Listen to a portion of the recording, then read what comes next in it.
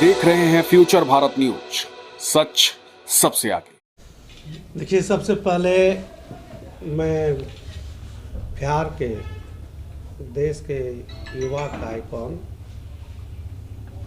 और देश के नौजवानों की आवाज़ को बुलंद करने वाले, समाज के अंतिम व्यक्ति की बात को रखने वाले बिहार के माननीय उप मुख्यमंत्री श्री तेजस्वी जी के द्वारा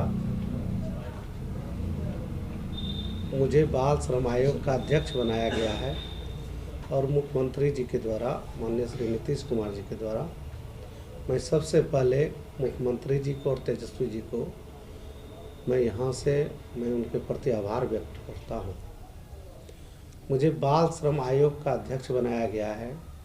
ये कमेटी पहले भंग थे, इसके बाद 26 तारीख को ही बाल श्रम आयोग का गठन हुआ है और इस दौरान हमें दायित्व मिला है कि समाज के अंतिम व्यक्ति जो कि स्टेशन पर पानी बेचता हो, पन्नी बेचता हो, कूड़ा उठाता हो, स्कूल नहीं जाता हो, ईंट भट्टे में काम करता हो, वैसे बच्चे को विद्यालय भेजना हम लोग पूरी आयोग की टीम, बाल श्रम आयोग की टीम का ये प्रमुख कर्तव्य बनता है। इसलिए हम लोग को आयोग का अध्यक्ष बनाया गया है। इसलिए आज कटिहार के ऐतिहासिक भूमि पर हम आए हैं कि यहाँ भी कुछ लोगों के द्वारा अन्य जगह हम लोग जागरूकता अभियान के तहत कुछ सामाजिक संगठन, राजनीतिक संगठन के लोगों से मिलकर के हम लोग बात करने आए हैं कि पहले हम नेता, डॉक्टर, इंजीनियर, उद्योग जो चलाते हैं, प्रतिष्ठान जो चलाते हैं, जो लघु कुटीर उद्योग चलाते हैं, वो सबसे पहले 6 से 14 वर्ष से बच्चे से जो काम कराते हैं वो उनको वहाँ से हटा लें, उसको नहीं, उनको विद्यालय भेजने का काम करें।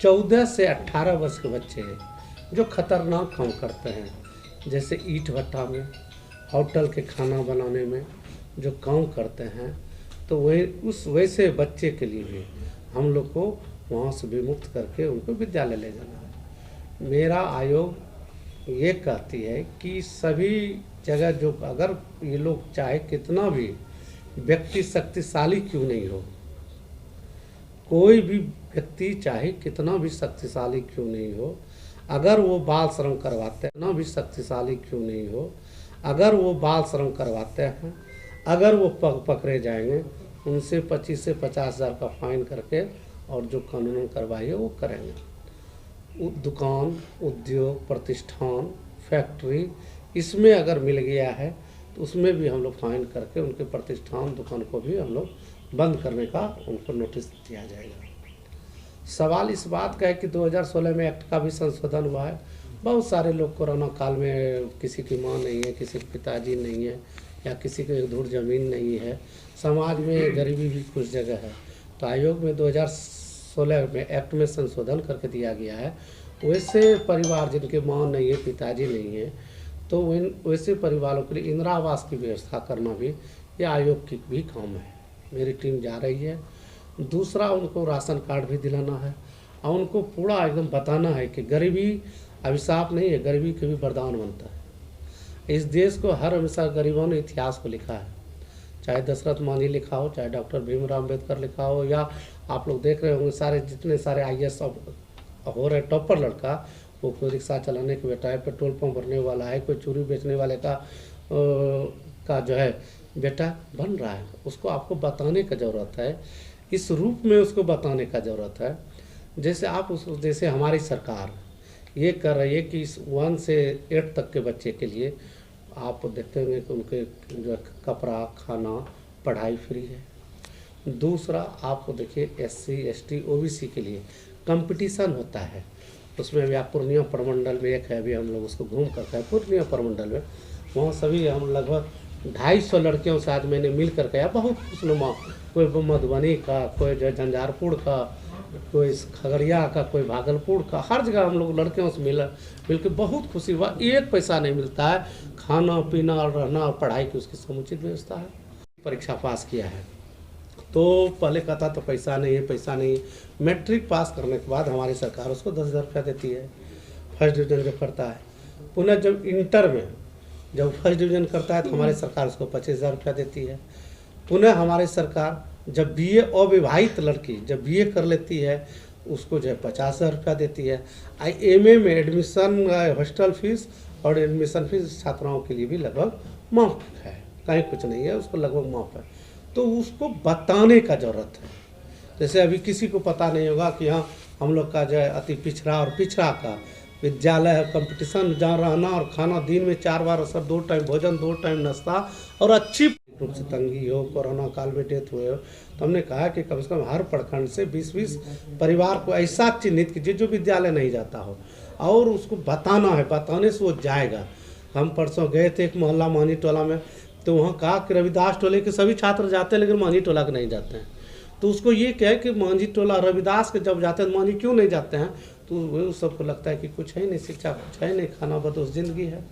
दूसरा जो आपको कटिहार का इलाका है, पूर्णिया का इलाका है, किशनगंज का इलाका है, यहाँ पर बहुत दूसरे राज्य से ईटा भट्ठा में काम करने के लिए लोग आते हैं। दूसरे राज्य से जो लोग काम करने के लिए आते हैं तो वैसे उनको उस राज्य से उसको एनओसी लेना पड़ेगा, उस राज्य से उसको एनओसी लेना पड़ेगा। पुनः यहाँ भी उसको काम करने के लिए उसको रजिस्ट्रेशन कराना पड़ेगा, उसके बाद उसका डायरी होगा, उसका मेंटेनेंस होगा। और दूसरा एक आप हम लोग का आयोग का भी है कि सब कुछ आप लोग जानते हैं, जहाँ जहाँ भट्टा खुला है 1 किलोमीटर पर 1 भट्टा होनी चाहिए, 1 किलोमीटर पर 1 भट्टा होनी चाहिए।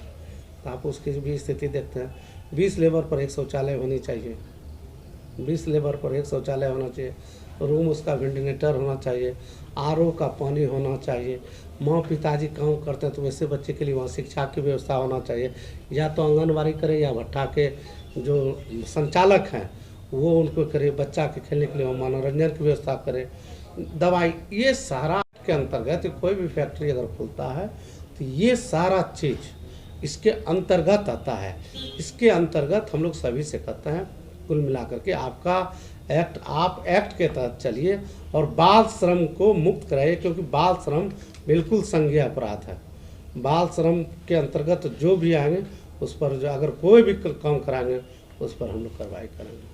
बहुत सारे बाल श्रम स्कूल बंद हैं, जिसके कारण हमारे जो किशोर बाल समिति है वो खास करके स्मैक के शिकार हो रहे हैं, नशे के शिकार हो रहे हैं। क्या आयोग कार्रवाई करेगी? तो पहले सभी लोगों का दायित्व है, आपका भी दायित्व है, मेरा भी दायित्व है।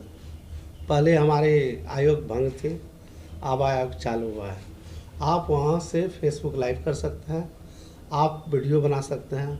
उसके अलावा हमारा जो विभाग के पदाधिकारी हैं वैसे लोग को चिन्हित करके अगर कोई काम करवाते हैं तो उस पर कार्रवाई करेंगे, या उसको विद्यालय की और उसको जो हर जगह हमारा जिला में एक है ना, हम लोग का एक जिला में जो उससे विमुक्त करके उसको हर जिला में उसको रखने का हवा दल समिति, बाल कल्याण समिति के माध्यम से उसको जिला में सभी लोगों को रहने और खाने की व्यवस्था है वो लोगों के लिए। स्टेशन पर जाइएगा काम करें, उसमें कहेगा कि नहीं हम इसको पढ़ाने ले जा रहे हैं, कुछ बोलेंगे, लेकिन इसके लिए हम लोग को बिल्कुल गंभीरतापूर्वक आप उसको वॉच कीजिए, वॉच करके आप उस पर निगरानी कीजिए कि ये पढ़ने के लिए जा रहा है, उसका पिताजी है कि नहीं है, एक साथ कितने लोग जा रहे हैं और कहाँ जा रहे हैं, उस पर आप लोग बताइए। उसके साथ अगर वैसा हुआ तो जहाँ वो जाएगा तो उसका टिकट आप ले लीजिए, उसको देख लीजिए। और नहीं होगा तो बाहर से भी हम लोग दूसरे राज्य में भी अगर लेबर रहते हैं हम लोगों का बाल श्रम करने वाले लोग, तो उसको हम लोग बिहार लाते हैं। बिहार ला करके जो सरकार का जो पैकेज होता है उसको दिया जाता है, उसके खाते में जाता है। इसमें ऐसा कोई नहीं है कि सबके खाते में जाएगा, किसी भी चलिया खाते में नहीं जाएगा। लेकिन हम लोग ये मानते हैं कि बाल श्रम हो रही है, लेकिन कौन कर रहा है? हमारे घर में है।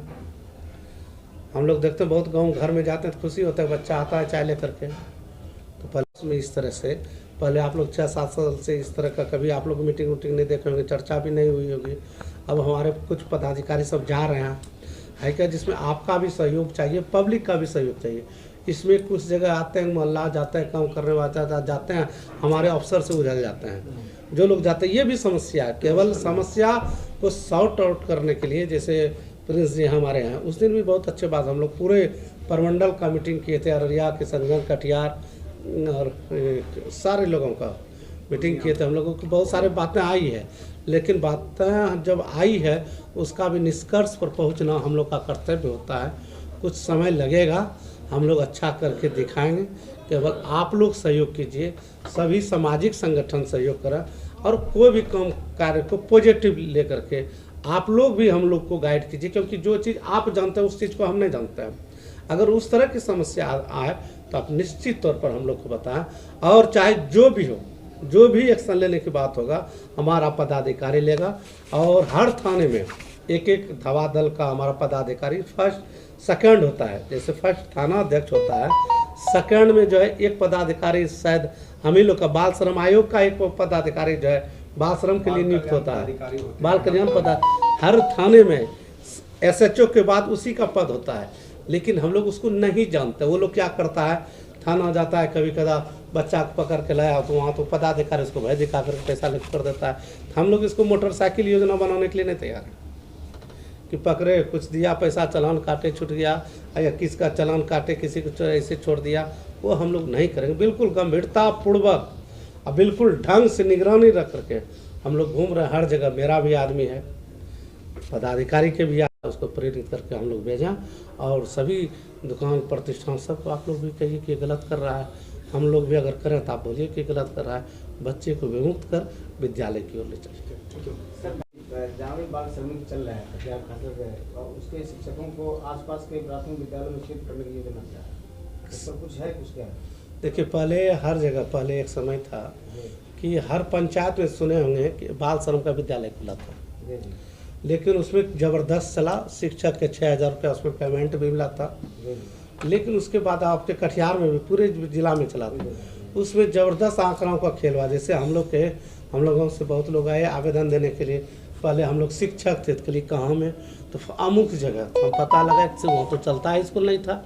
तो फिर हमारे गांव का भी जब आ गया कि यहाँ भी हम लोग 3 टीचर थे, 6,000 रुपया महीना मिलता था, तो हम तो देखे ही नहीं है। तो सब कुछ वो कागज़ पर चलता था और उसमें ज़बरदस्त लूट आंकड़े खेल में बहुत ज़बरदस्त लूट खसोट होता था। शायद इसीलिए लगता है कि योजना तत्काल बंद हो गया। हम लोग स्कूल में जब प्राथमिक विद्यालय है, आंगनबाड़ी स्कूल है, मध्य विद्यालय है, वो इसी सब स्कूल में हम लोग उसको जा करके मोटिवेशन कार्य करके उसको स्कूल भेजेंगे। और नहीं तो बाल सुधार गृह है जो पकड़ा जाएगा वहाँ पर उसको रखा जाएगा। सर, बाल श्रमिक उत्पीड़न के लिए जो भी अगर वैसे बालक मिलते हैं जो सड़क पे हो, तो उनके लिए कोई हेल्पलाइन नंबर है जो कि उनको भी ले लेते हैं? सर, एक नंबर जारी करना, हम निजी स्तर पर नंबर जारी कर रहे हैं। हाँ। तो क्या है नंबर, क्या कैसे लोग? देखिए, अभी जैसे सब पुलिस का होता है, सबका नंबर होता है, मेरा अभी उस तरह का जो नंबर वो नहीं है, लेकिन मेरे नंबर पर 9431204507 94